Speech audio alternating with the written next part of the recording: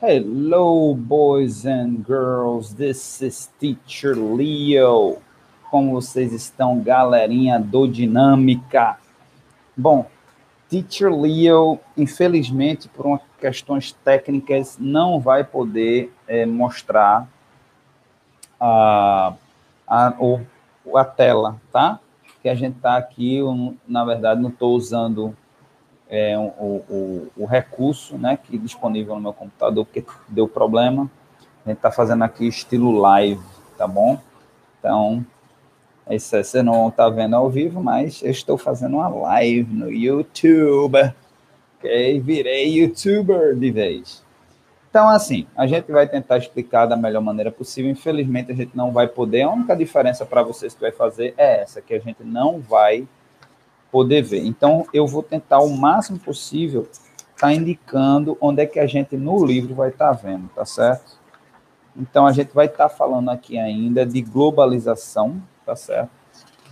Globalização é um tema muito importante porque afeta as nossas vidas de uma maneira geral, né? Então, a gente vai começar aqui, né, com os órgãos que administram, né, que organizam essa questão da globalização, do comércio, do fluxo de dinheiro no planeta Terra, tá certo? Então, a gente vai começar pelo Fundo Monetário Internacional, tá certo? Que é o IMF. A gente falaria em inglês IMF, em português Fundo Monetário Internacional, né? Tá aqui na página 117. A gente vai ver uma foto, tá certo, do G20, tá bom? Que também é uma organização que tem essa intenção, tem a intenção de regular, né? Essa parte das riquezas das nações, tá certo? E aqui, infelizmente, não dá para mostrar, né?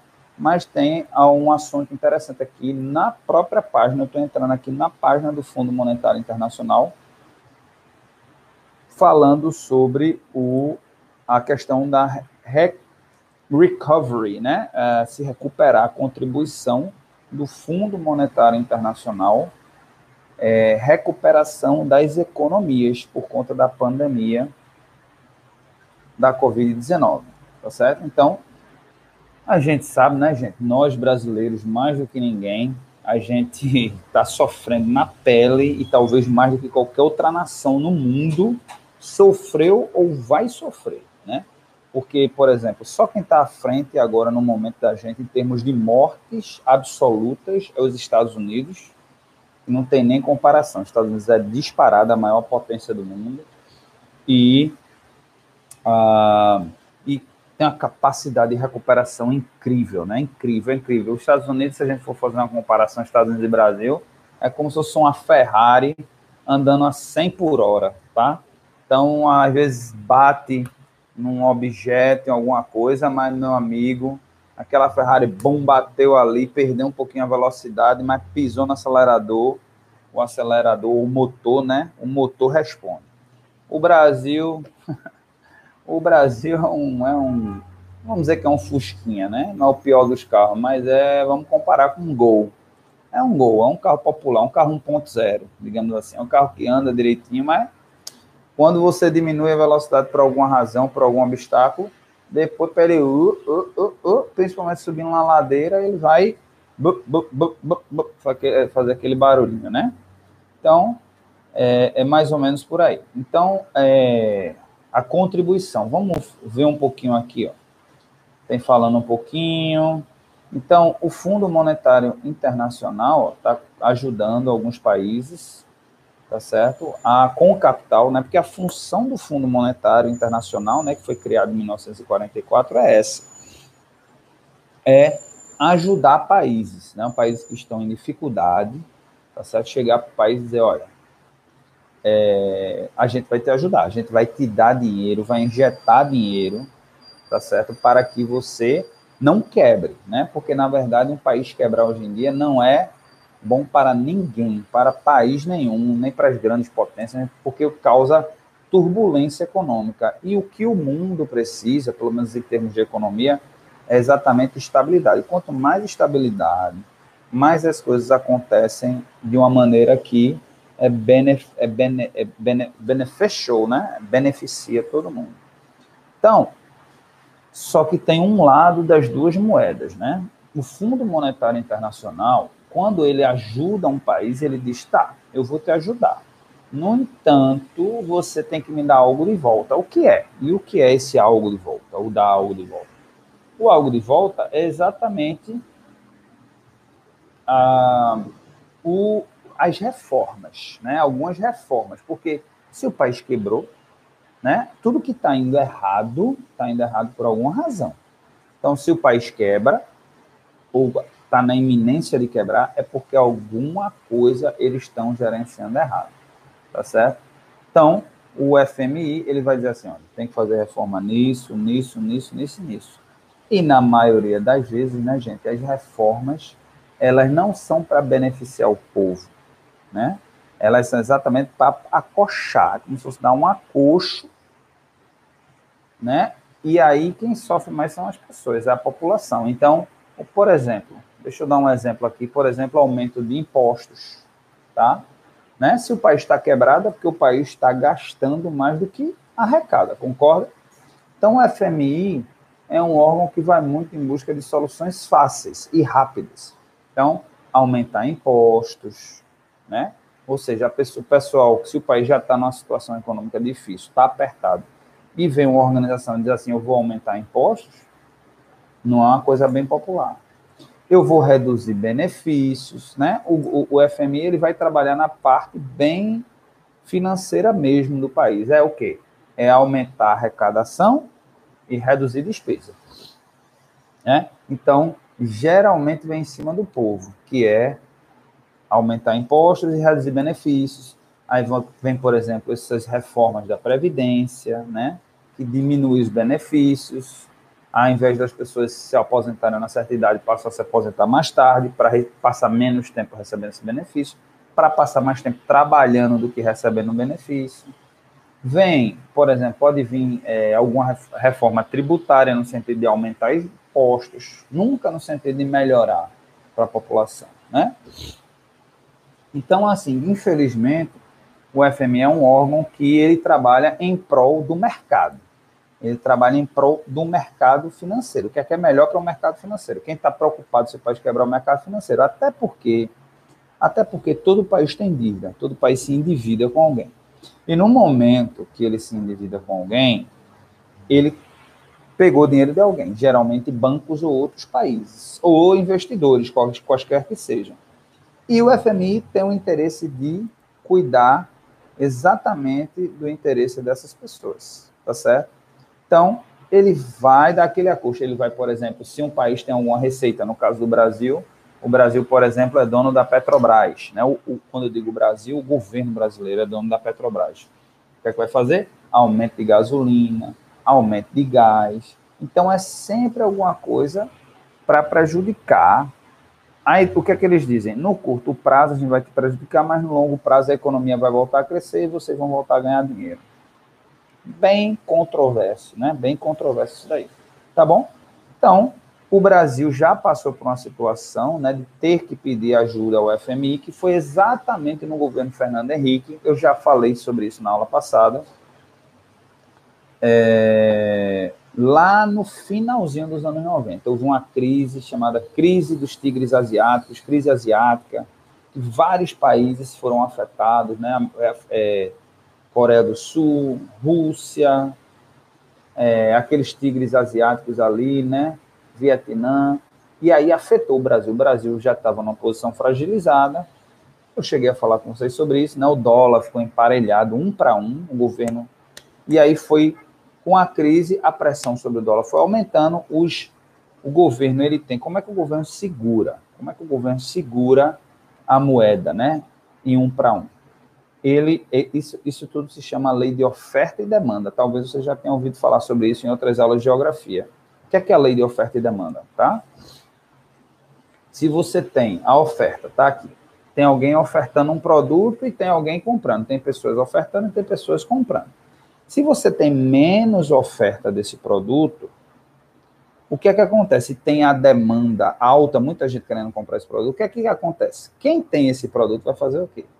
Vai dizer, opa, peraí, eu estou vendendo por esse preço e está voando, eu vou aumentar meu preço. Então, ele aumenta o preço para poder equilibrar essa demanda, essa necessidade de compra de produto, tá? É natural, é parte, isso é uma das leis mais básicas da economia. A gente aqui já está saindo um pouquinho de geography, né, e já indo para a parte de economia. É uma das leis mais básicas da economia. Quando vocês entrarem na faculdade, não sei o que é que vocês vão fazer, mas quando entrar, se alguém pagar alguma disciplina de economia, vai ver que o básico do básico é entender a lei de oferta e demanda. E o inverso também acontece. Se tem muita gente ofertando produtos e pouca gente para comprar, o que é que acontece? O preço cai, né? É exatamente isso que a gente chama também, isso é o que gera ou não a inflação ou deflação, né? É um dos fatores. Lei de oferta e demanda. Existem outros fatores também, a gente não vai entrar nesse mérito, tá certo? Então, o dólar, ele funciona mais ou menos dessa forma. Se tem pouco dólar no mercado e muita gente querendo comprar dólar, o dólar sobe de preço. Quando é que isso acontece? As pessoas vão para... A gente chama isso de ativos, né? Ativos de segurança. Quando o mercado está desestabilizado, o mercado vai atrás de ativos de segurança. É o ouro, é o dólar e agora o Bitcoin. Né? O Bitcoin passou a ser considerado, está para ser considerado, as pessoas consideram agora um ativo de segurança. Então, quando o mercado está desestabilizado, as pessoas vão e compram essas coisas, essas commodities, esses produtos, digamos assim, para se segurar, vamos dizer, para se proteger, tá certo? Então, na época, nos anos 90, o governo segurava dessa forma. A demanda mundial era grande por dólar, mas o governo, para segurar um para um, o governo injetava mais dólar no mercado. O governo tinha uma reserva cambial, a gente chama isso de reserva cambial, que o governo injetava dólar para poder segurar esse dólar no preço que ele queria, um para um. Quando chegou em 99, a crise veio, os investidores em cima do dólar. Um governo feito o governo brasileiro não tem condição de segurar o preço do dólar numa demanda mundial. Então, o governo soltou. É quando veio exatamente esse momento em que o câmbio passou a ser flutuante. O câmbio era fixo, era um para um, passou a ser flutuante. E o governo ainda tentou, aí disse, não, vamos soltar para 1,20, vamos soltar para 1,50. E teve uma hora que o governo disse, não dá para sustentar mais. Então, hoje, o câmbio é flutuante. Vocês devem ouvir muito isso em noticiário, né? E ficam, o que é isso, câmbio flutuante? Então, está aí explicado. É aquele câmbio que ele flutua de acordo com a necessidade do mercado. Se tiver uma demanda alta por dólar, o mercado vai atrás. Também o inverso acontece nessa relação, tá? Se também ninguém tem interesse de comprar real, o real cai de preço. Então, por isso que hoje o real está tão desvalorizado, né? Na verdade, não é nem porque o dólar está tão valorizado, é porque o real está desvalorizado. Ninguém que conversa com o Brasil. Razões várias. Razões várias. Não vou entrar nesse detalhe aqui, porque é um detalhe que gera muita conversa, tá certo? Então, acabou que soltou lá no começo dos anos 90, e aí o governo começou a gerar inflação, começou a entrar numa recessão, porque, né, isso tudo é uma bola de neve que vai gerando vários problemas econômicos, e o governo foi e pediu ajuda ao Fundo Monetário Internacional. O Fundo Monetário Internacional disse, tá, eu te ajudo, agora você vai ter que fazer essas reformas aqui. Vai ter que aumentar imposto, vai ter que fazer... E aí o Brasil entrou na recessão ainda mais profunda. Porque se as pessoas não têm dinheiro para gastar, e vem o governo e diz assim, não, mas me dê mais do seu dinheiro, o que é que acontece? Já está ruim as coisas, e as pessoas têm menos dinheiro para gastar, as coisas, né? A gente está vivendo isso agora, as pessoas sem emprego, sem renda, a demanda, o consumo diminui. Ok? Então, pessoal, é isso daí, né? O Fundo Monetário Internacional, não estou dizendo que ele é ruim, pode ser que em alguma situação ele seja bom para algum país, né? No caso do Brasil, ele não foi benéfico, ele foi prejudicial, e a maioria dos países que pedem ajuda do Fundo Monetário Internacional é porque realmente está com a corda no pescoço, né? Eu não vou fazer aqui a analogia né, como é que se chama? Aquela pessoa que empresta dinheiro a juros, agiota, né? Não, eu vou fazer essa analogia com a agiota, porque o agiota, ele realmente pega uma pessoa no momento de desespero, mas o agiota é ruim porque os juros é muito alto. O problema do Fundo Monetário Internacional não é esse, não é que os juros são altos, né? Porque quando pega dinheiro emprestado tem que pagar. O problema são as exigências que ele faz. Então é como se fosse assim, como se fosse uma espécie de agiota que chega, né? Vamos dizer, a pessoa está muito apertada e diz assim, eu preciso de dinheiro urgente. A agiota, tá, eu vou lhe emprestar o dinheiro. Mas quanto é que você ganha?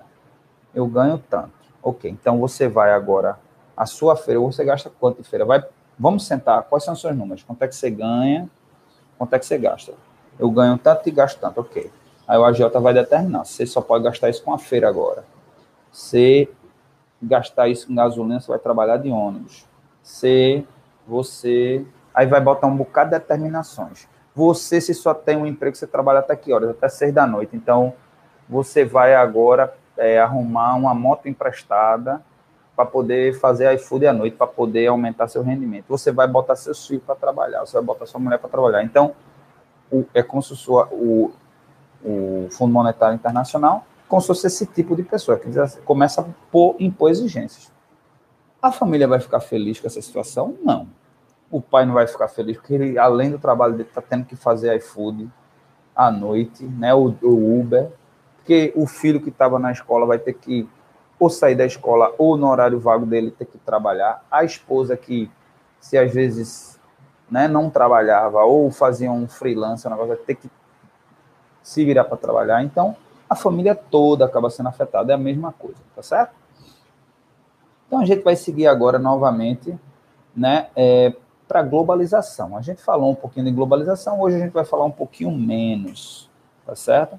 Mas é importante. A globalização, ela aconteceu, ela se iniciou lá nos anos 90 e ela continua acontecendo, né? De maneira ainda mais aprofundada, cada vez mais de maneira mais aprofundada. Mas ela se inicia lá no fim, né, quando a Guerra Fria se acaba, tá certo? Existia a Guerra Fria, que era um mundo rachado no meio, né?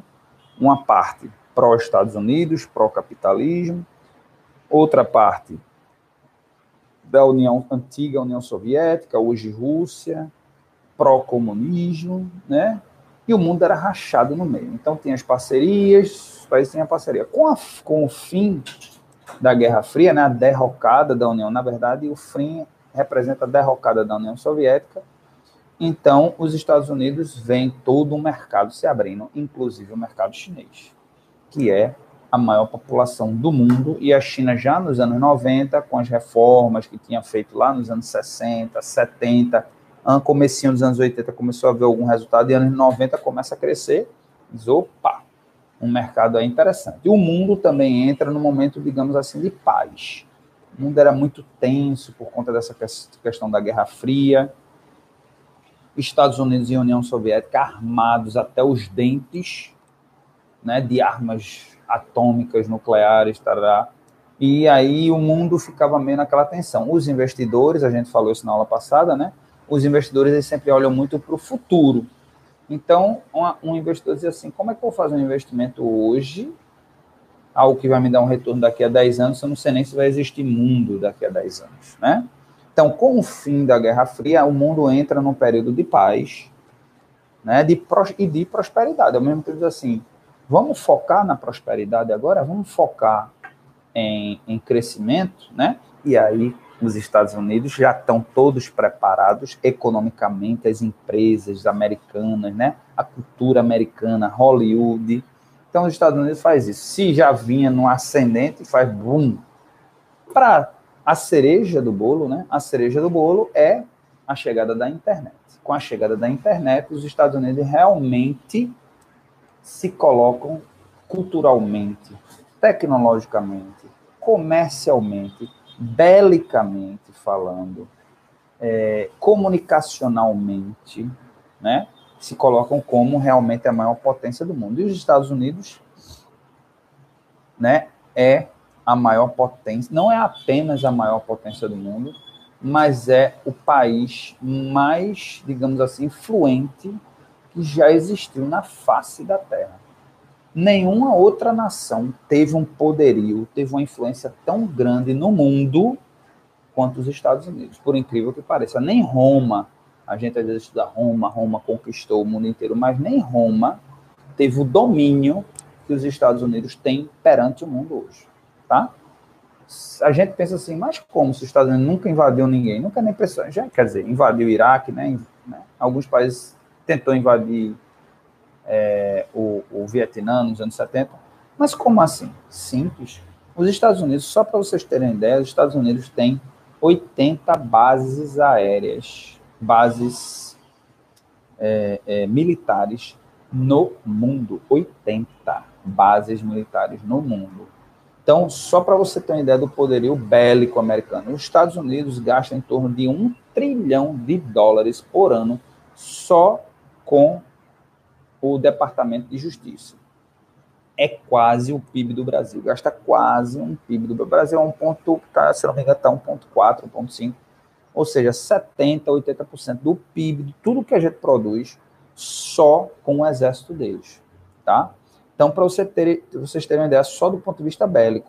Do ponto de vista econômico, não precisa nem se falar, né? As empresas americanas estão em todos os lugares. Aqui e ali a gente vê uma empresa francesa, tem um Carrefour, a gente vê uma empresa japonesa, né, como a Sony ou a Nintendo.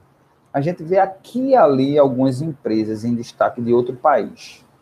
A gente agora a China ascendendo, né? A China deve ultrapassar em 2027 os Estados Unidos como país de maior PIB, mas não como maior potência, porque esse tema, essa nomenclatura potência tem vários significados. É como eu falei, bélico, econômico, mas a China hoje em dia, né? A China, mas mesmo assim, se a gente parar para pensar quantas empresas chinesas a gente, né, tem hoje e a gente convive com essas empresas, né? Estados Unidos a gente fala assim, né? A gente fala, hoje a gente, por exemplo, tem, a Samsung, que se eu não me engano é coreana, né?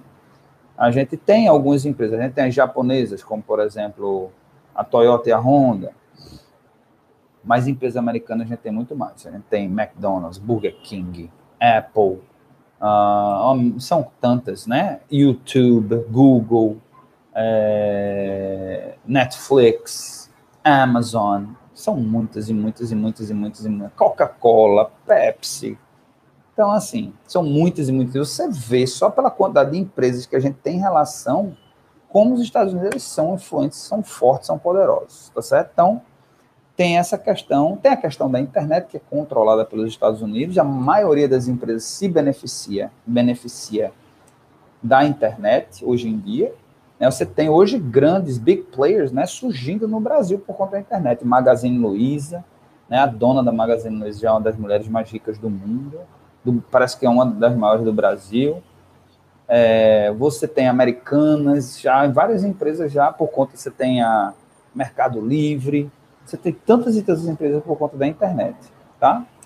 E aí você tem a China correndo por fora, né? Vocês vão ouvir muito agora uma guerra entre China e Estados Unidos. O Brasil é um dos maiores mercados do mundo para a internet, e a China, pela primeira vez desde a Segunda Guerra, que um país chega com uma tecnologia revolucionária para ultrapassar os Estados Unidos. Eu não estou falando de produto, obviamente vai ter um país aqui ou outro, o Japão mesmo nos anos 80 desenvolvia muitas tecnologias interessantes, mas uma tecnologia para revolucionar tudo, que é a China chegando com o 5G.